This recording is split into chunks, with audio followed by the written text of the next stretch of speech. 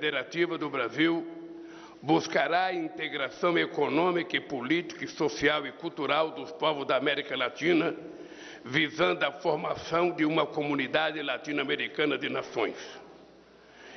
Entendemos que a integração sul-americana é essencial para o fortalecimento da unidade da América Latina e do Caribe.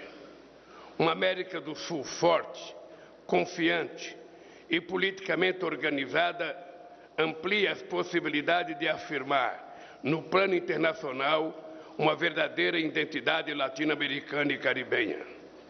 O final do século XX viu surgir uma série de iniciativas voltadas a articular ações em âmbito subregional.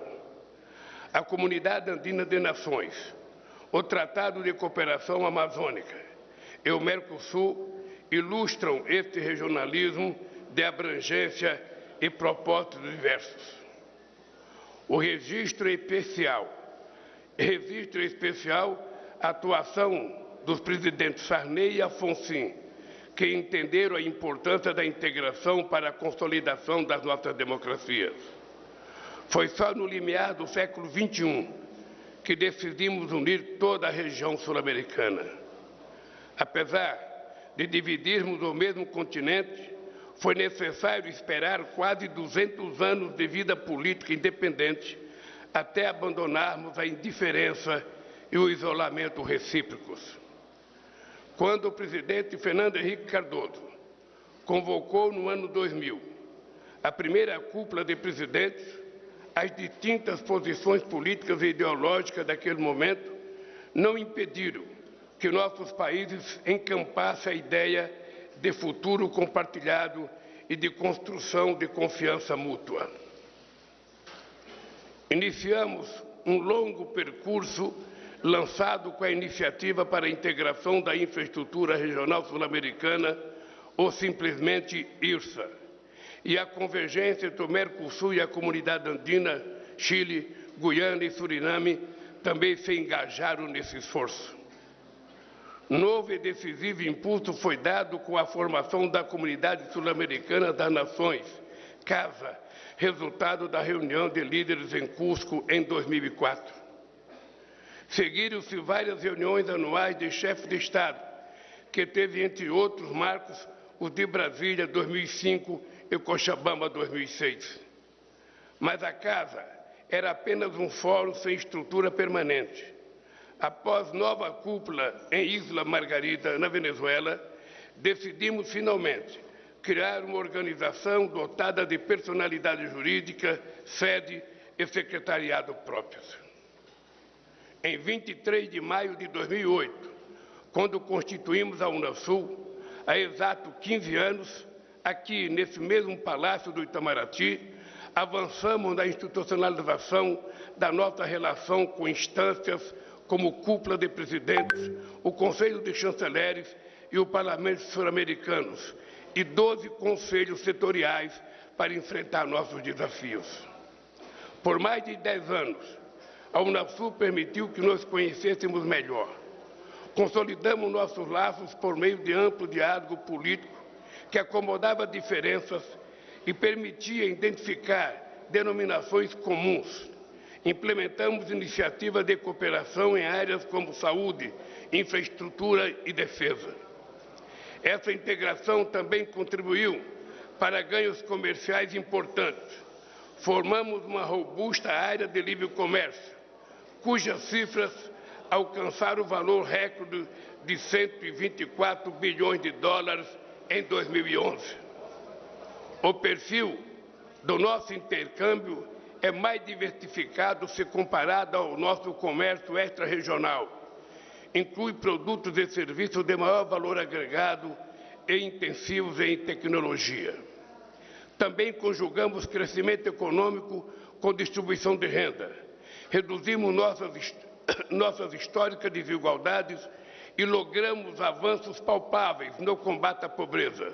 Segundo a FAO, a América do Sul reduziu em 2 décadas de 15% para 5% a sua população vitimada pela fome.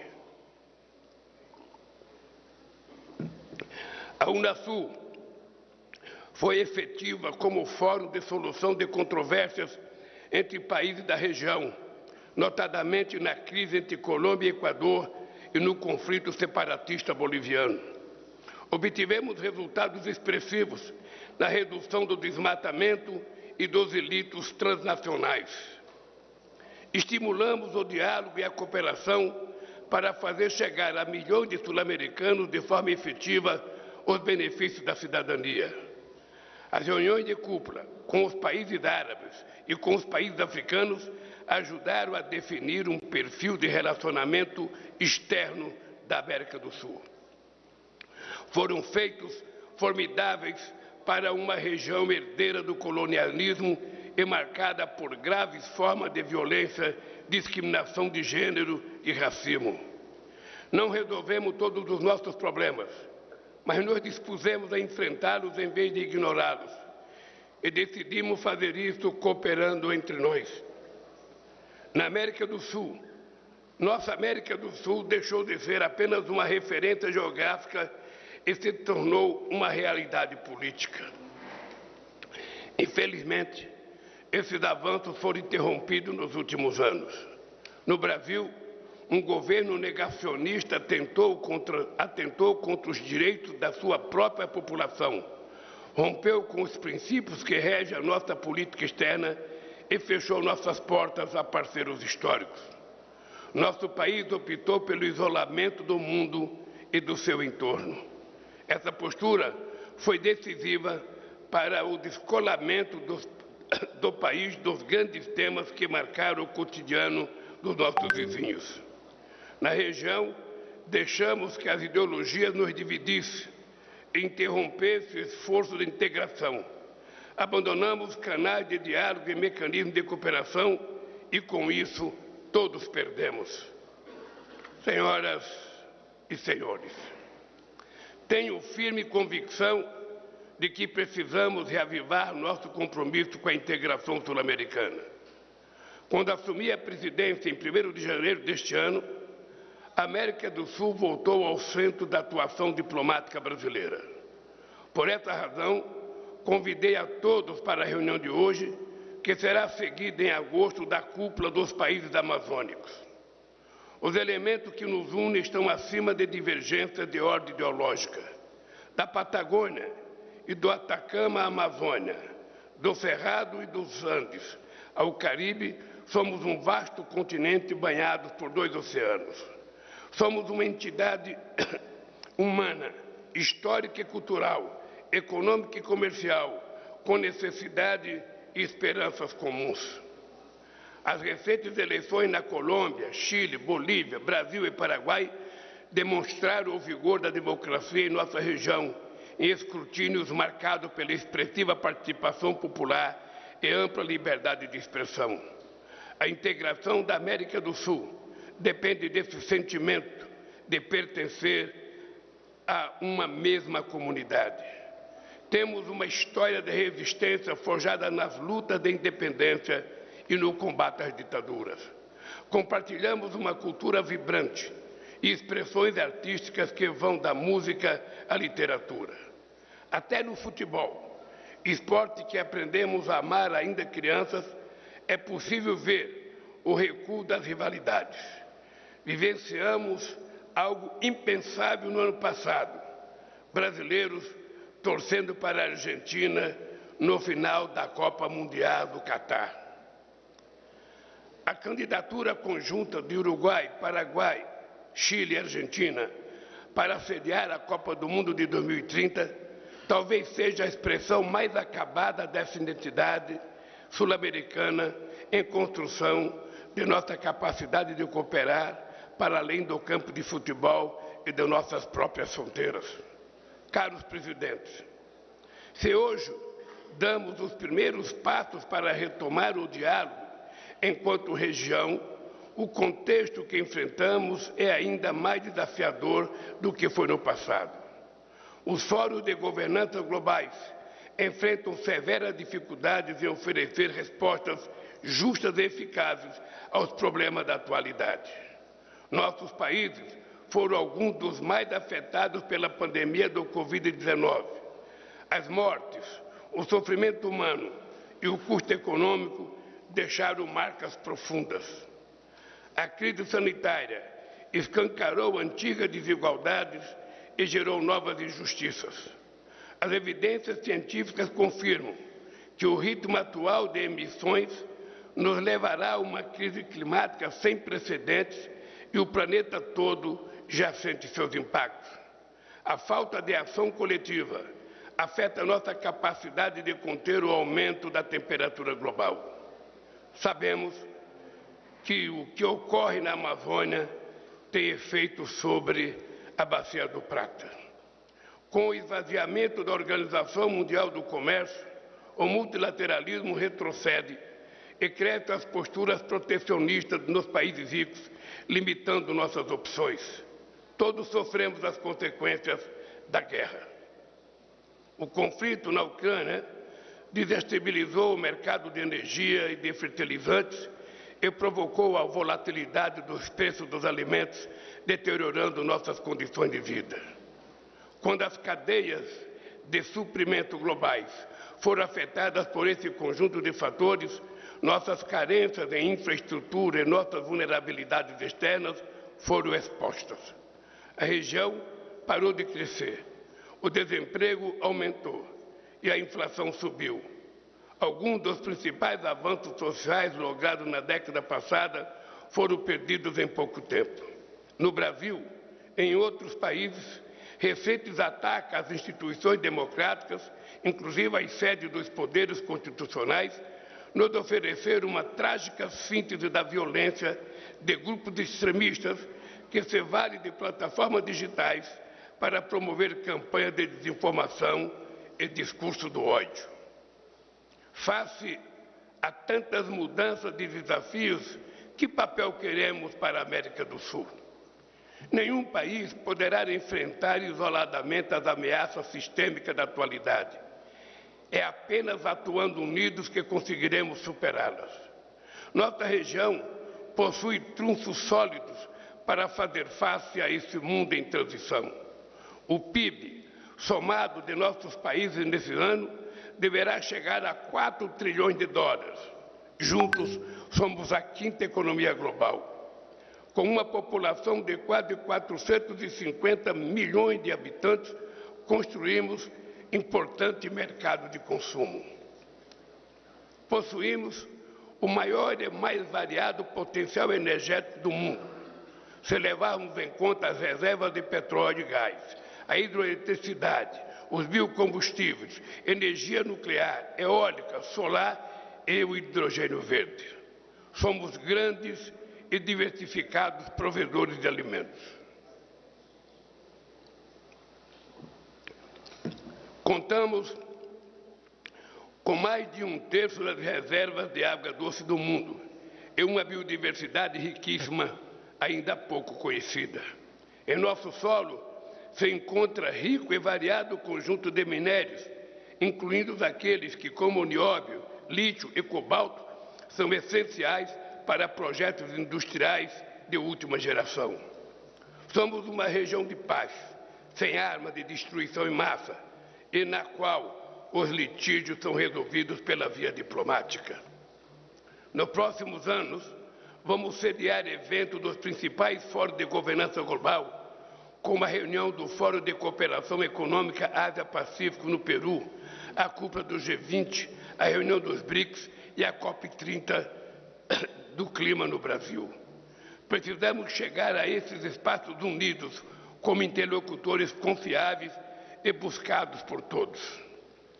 Caros amigos e amigas, entre as muitas coisas que aprendi na política, é que o mandato presidencial é muito mais curto do que aparenta. Não temos tempo a perder.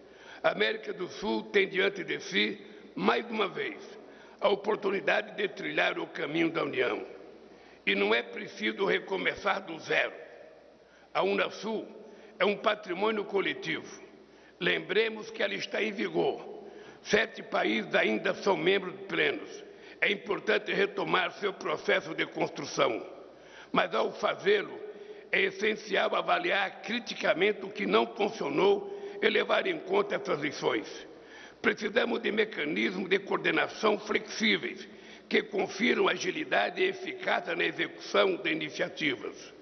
Nossas decisões só terão legitimidade se tomadas e implementadas de forma democrática.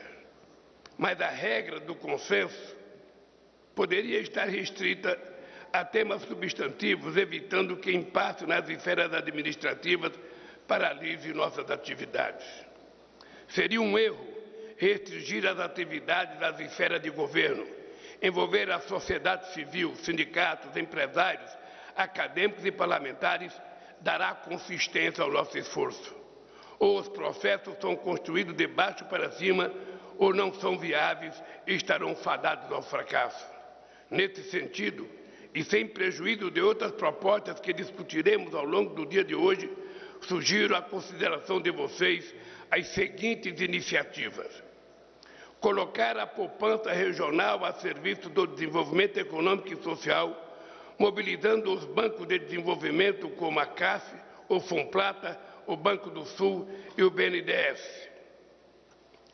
Aprofundar nossa identidade sul-americana também na área monetária, mediante mecanismos de compensação mais eficientes e a criação de uma unidade de referência comum para o comércio, reduzindo a dependência de moedas extra-regionais.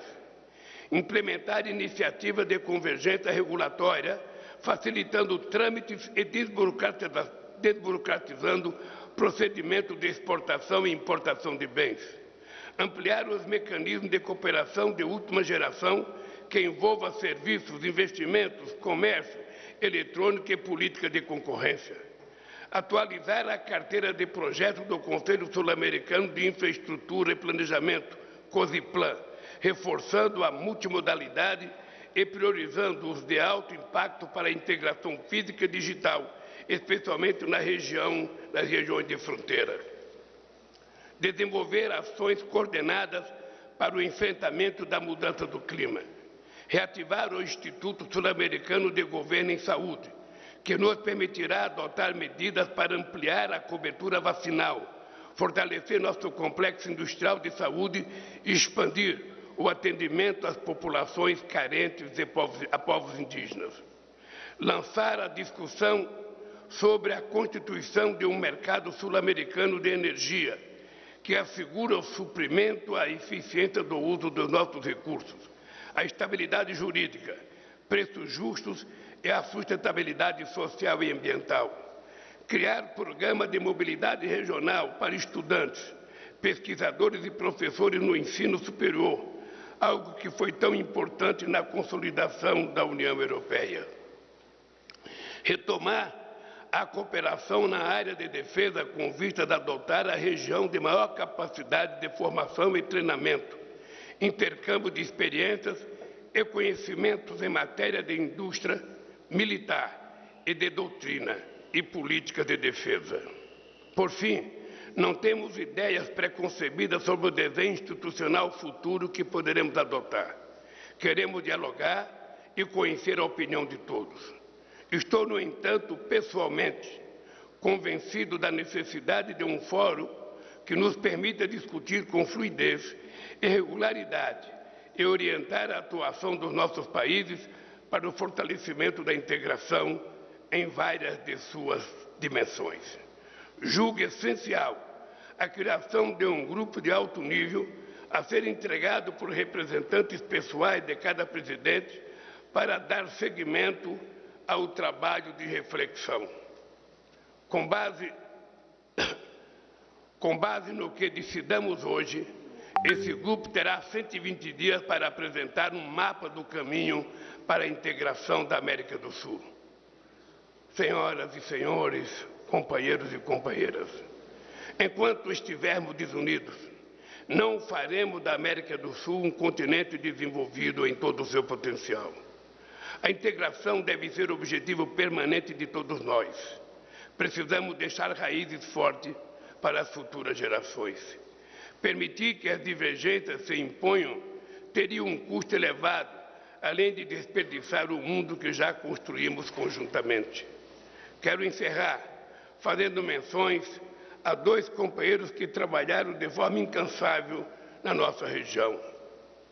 Aprendemos com o querido e saudoso Marco Aurélio Garcia, intelectual e dirigente do Partido dos Trabalhadores, falecido em 2017, que dizia: a política não é destino, mas construção humana sobre condições históricas dadas.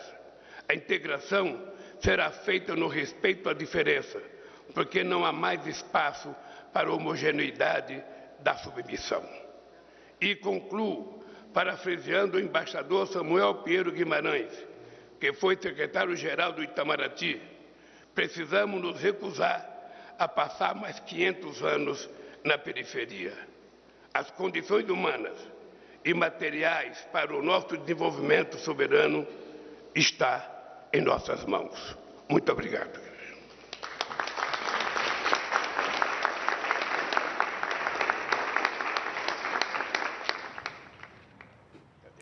Você acompanhou conosco ao vivo o pronunciamento do presidente Lula, que se reúne ao longo do dia com presidentes de 10 países da América do Sul, além de representante oficial do Peru. Eles estão no Palácio do Itamaraty, a convite do presidente, que busca resgatar a união e a cooperação dentro do continente. Os 12 países vão debater pautas nas áreas de saúde, infraestrutura, energia, meio ambiente e combate ao crime organizado.